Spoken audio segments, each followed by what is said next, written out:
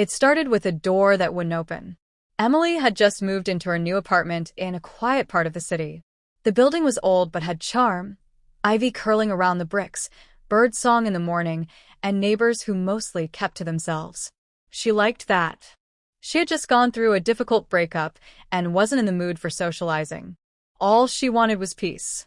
But peace was disrupted one windy morning when her front door jammed. No matter how hard she pulled, it wouldn't budge. Frustrated and a little flustered, she leaned against the frame, sighed, and considered calling maintenance. That's when she heard his voice. "You need a hand?" She turned. Her neighbor from across the hall stood there, tall, with warm brown skin, a sculpted jawline, and deep, steady eyes. He wore a simple white t-shirt and jeans, but there was something about him. Confident, calm, like someone who never raised his voice but still had everyone listening when he spoke. Yeah. It's stuck," she admitted. He stepped forward. "Mind if I try?" With a nod from her, he took the handle, gave it a few subtle maneuvers, then one firm tug, and the door popped open. "Thank you," Emily said, smiling, a little breathless. "What's your name?" "Jordan," he said. "Apartment 4C. And you?" "Emily. Just moved in. Apartment 4B. From that day, something quietly began. A few days later, they ran into each other again, this time at a little coffee shop on the corner.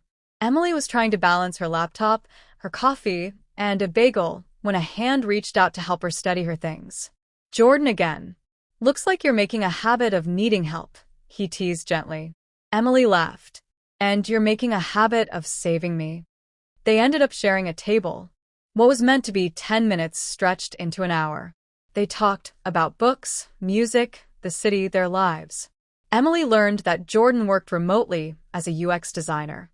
She learned he loved Miles Davis, wrote poetry sometimes, and had a dog he missed back home.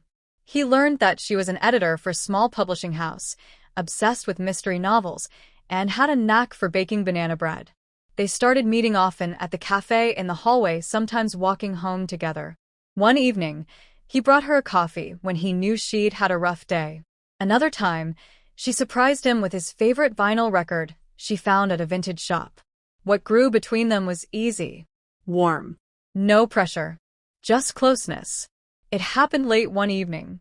They had been watching a movie in Emily's apartment, something funny, forgettable, and as the credits rolled, neither of them moved to get up. The lights were low. The city hummed beyond the window. Jordan looked at her, his hand close to hers. "You're beautiful, you know?" he said, voice low. Emily felt her breath hitch. She looked at him, really looked, and saw something honest in his gaze, something unguarded. She leaned in first. Their kiss was soft, slow, unhurried, like the beginning of something real. He touched her cheek. She melted into him. And in that moment, it was clear. This was more than a crush.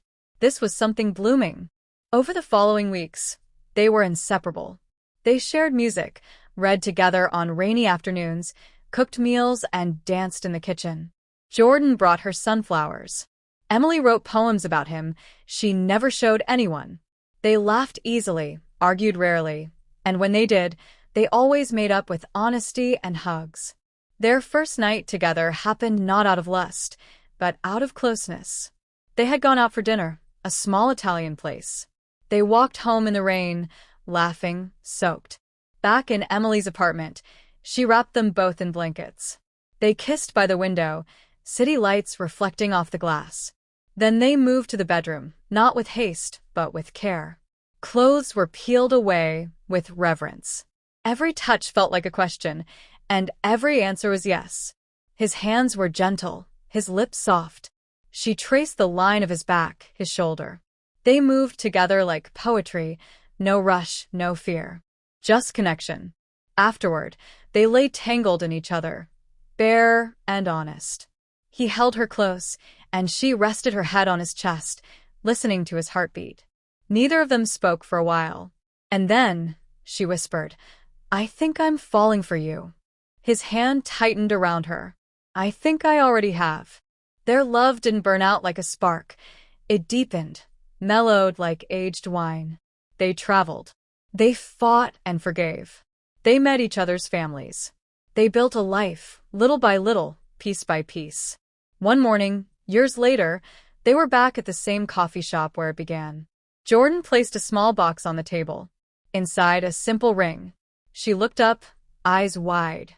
"Emily," he said, his voice steady, "you've been home since the day my hand opened your stuck door. Will you marry me?" Tears slipped down her cheeks. Yes. Always. The night after Emily said yes, they returned home in silence. Not because of awkwardness, but the kind of quiet joy that hums in the chest like music. Emily stared at the ring on her finger. It wasn't flashy, just a simple band with a small diamond. But it was perfect, like everything Jordan had ever done. Thoughtful. Deep. In their apartment, lit softly with candles, Jordan pulled her close. "No music?" she asked. "No," he whispered. "Just us." He kissed her with intention, slow and deep. His hands found her waist, her back, her face, as though memorizing every inch again. Now as his fiancée. They didn't rush. Clothes fell to the floor one piece at a time. He lifted her gently, carrying her to the bed. Their bodies met with slow fire. The kind of night that wasn't just passion, it was devotion, trust, vulnerability. They moved in sync, lips tracing familiar paths, and when they finished, they lay face to face, fingers intertwined. "I still can't believe it," Emily whispered. Jordan kissed her shoulder. "Believe it? You're mine. I'm yours."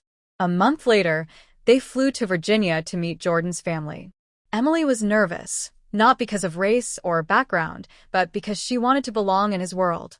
His mother greeted her with a tight hug. "You're even prettier than he said." His sister braided Emily's hair and shared stories of Jordan's childhood. His father pulled her aside and said, "You're all he talks about. You made him lighter." The weekend was full of music, laughter, spicy food, backyard barbecues, and memories Emily felt honored to be part of. When they returned home, Jordan turned to her. "You're family now," he said.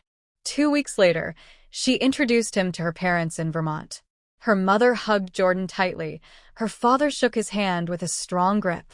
Over dinner, Jordan talked about art and poetry, and even Emily's usually stern father smiled. Later that night, her mother whispered, "He sees you." Truly. Emily smiled. "I know. No love story is perfect." One night, after a long workday, Jordan forgot their anniversary dinner plans. Emily had been waiting in a red dress, candles lit, her favorite wine uncorked. He came home late, distracted, apologetic, but the damage was done. "You forgot?" she asked, voice tight. "I got caught up in a meeting. You didn't even text me." The fight was quiet at first, then louder. Emotions boiled over. Past hurts came up. Jordan raised his voice. Emily slammed a drawer. She slept on the couch. But in the morning, there was coffee on the table, a note beside it. "I was wrong. You deserve better than a distracted man. You deserve the man who opened your door that morning. Forgive me. I'll do better. Always." She walked into the kitchen, and he was there, eyes tired, arms open. She stepped into them. No more words were needed. To recover from the tension, they took a weekend away to a cabin in the woods. Just the two of them. No phones. No noise.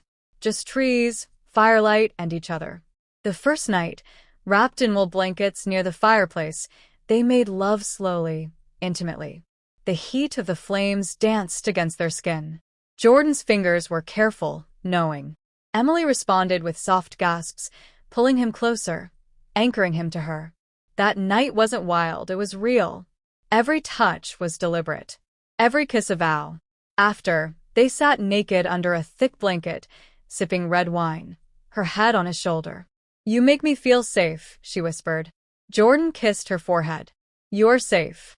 Always." Back in the city, they started planning their future. A new apartment, a shared bank account, a small dog they named Marley. On weekends, they stayed in, making pancakes in the morning, playing music, dancing barefoot in the living room. He wrote poetry again. She started painting. Their love became something steady, no longer a flame, but a hearth. One night, Emily watched Jordan fall asleep, chest rising and falling peacefully. She thought of the door he opened, the coffee shop, The kiss. the ring. She reached for his hand in the dark, whispered, "I'm glad you came when I needed help." Eyes still closed, he squeezed her fingers. "I always will."